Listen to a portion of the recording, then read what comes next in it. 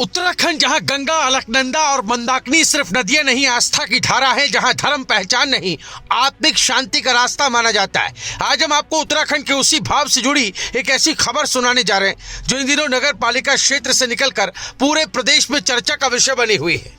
एक ऐसा फैसला जो किसी दबाव का नहीं, किसी मजबूरी का नहीं, बल्कि व्यक्ति की अपनी अंतरात्मा की आवाज बताया जा रहा है। नगर पालिका क्षेत्र का एक मुस्लिम परिवार जिसने अपनी मर्जी से हिंदू धर्म अपनाने का फैसला लिया, इस पूरे घटनाक्रम का वीडियो इंटरनेट मीडिया पर तेजी से वायरल हो रहा है। वीडियो में व्यक्ति अपना नाम मकबूल अहमद बताता है, लेकिन हिंदू परंपरा के अनुसार विधि विधान, स्नान, मुंडन और हवन यज्ञ के बाद उसे नया नाम मिला कमल। ये केवल नाम बदलने की खबर नहीं, ये विचार, विश्वास और आस्था के परिवर्तन की कहानी है। बताया जा रहा है कि रघुनाथ मंदिर के पास अलकनंदा नदी के पावन तट पर पंडित अनुसुईया प्रसाद जोशी की मौजूदगी में विधिवत धार्मिक अनुष्ठान संपन्न कराया गया।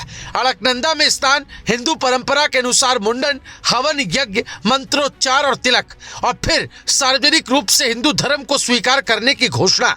इस दौरान परिवार के सदस्य भी मौजूद रहे। विश्व हिंदू परिषद के कुछ कार्यकर्ता भी वहां दिखे, जिनकी मौजूदगी ने इस घटना को और ज्यादा चर्चा में ला दिया।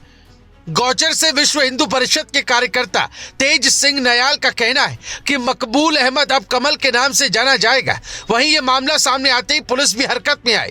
गौचर पुलिस चौकी के एसआई MS गुसाई ने साफ कहा, यह मामला हमारे संज्ञान में है। प्रथम दृष्टिया ये बिना किसी दबाव के स्वेच्छा से धर्म अपनाने का प्रतीत होता है। यह बयान इस खबर को एक महत्वपूर्ण दिशा देता है, क्योंकि आज के दौर में जब धर्म परिवर्तन की घटनाओं को लेकर कई तरह के सवाल, आरोप और बहसें होती, वहां कानून और प्रशासन की स्पष्टता बेहद जरूरी हो जाती है। उत्तराखंड में बीते कुछ समय से लैंड जिहाद, लव जिहाद, थूक जिहाद जैसे शब्द लगातार सार्वजनिक बहस का हिस्सा बने हुए हैं। कई मामलों में आरोप सामने आए कि पहचान छुपाकर, नाम बदलकर या दबाव बनाकर धर्म परिवर्तन कराया जा रहा है। सरकार ने सख्त कानून बनाए, प्रशासन ने कार्रवाई की, समाज में भी इसको लेकर जागरूकता बढ़ी, लेकिन इसी बीच ये खबर सामने आती है जो एक अलग तस्वीर दिखाती है। यहाँ कोई आरोप नहीं, कोई दबाव नहीं, कोई जबरदस्ती नहीं, बल्कि एक व्यक्ति जो कहता है कि वो अपने पुराने धर्म से आहत और मानसिक रूप से परेशान था और उसने अपने विवेक से हिंदू धर्म अपनाने का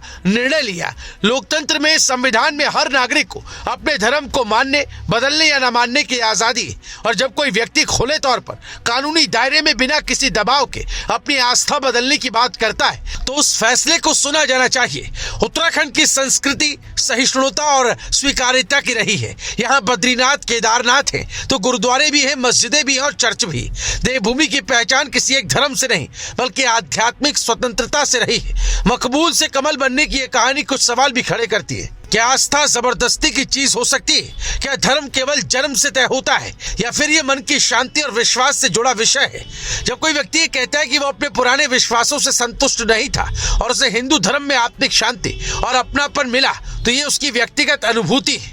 इस फैसले से कोई सहमत हो या ना हो, लेकिन इसे नफरत के चश्मे से नहीं, संवैधानिक अधिकार के नजरिए से देखा जाना चाहिए। हालांकि सोशल मीडिया पर इस वीडियो को लेकर मिली जुली प्रतिक्रियाएं सामने आई। कुछ लोग इसे घर वापसी कह रहे हैं तो कुछ इसे सियासी रंग देने की कोशिश कर रहे हैं, लेकिन जमीनी सच्चाई यही है कि एक व्यक्ति और उसके परिवार का फैसला है। पुलिस का कहना है कि अगर भविष्य में किसी तरह का दबाव, उकसावे या अवैध गतिविधि सामने आती है तो कानून अपना काम करेगा। फिलहाल प्रशासन की नजर इस पूरे मामले पर बनी हुई है। उत्तराखंड आज एक चौराहे पर खड़ा है। एक तरफ जबरदस्ती धर्म परिवर्तन के आरोप, भूमि और पहचान से जुड़े विवाद, तो दूसरी तरफ एक व्यक्ति का स्वेच्छा से लिया गया फैसला। यह खबर हमें यह सोचने पर मजबूर करती है कि धर्म का असली अर्थ क्या है, डर, दबाव या फिर विश्वास और शांति। देवभूमि की परंपरा हमेशा से यही सिखाती आई है कि रास्ते अलग हो सकते हैं, लेकिन मंजिल इंसानियत होनी चाहिए। Bureau report, रायशुमारी।